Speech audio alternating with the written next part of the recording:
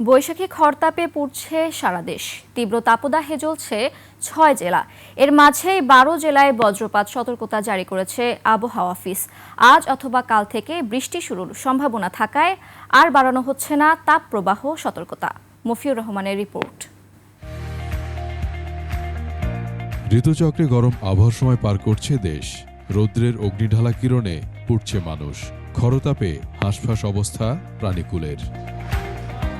দেশের সিলেট বিভাগের ৪ জেলা বাদে পুরো ৫৯ জেলা জুড়ে বইছে তাপপ্রবাহ।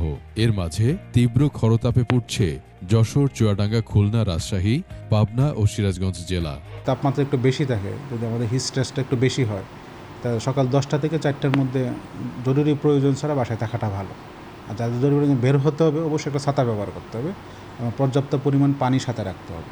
এরই মাঝে কালবৈশাখী ঝড়ের আশঙ্কা থাকায় সিলেট বিভাগের ৪ জেলা সহ ময়মনসিংহ, নেত্রকোনা, রাজশাহী, পাবনা, নরসিংদী, কুমিল্লা, ব্রাহ্মণবাড়িয়া ও কিশোরগঞ্জ জেলায় বজ্রপাত সতর্কতা জারি করেছে আবহাওয়া অফিস।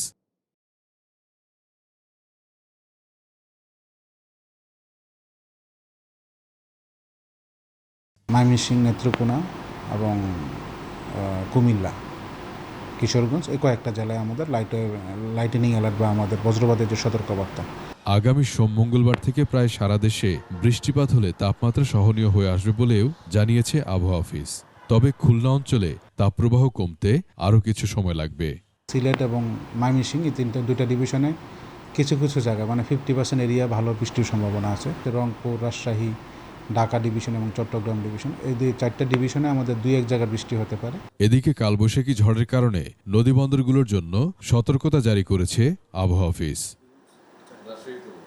মফিউর রহমান, ২১ টেলিভিশন, ঢাকা।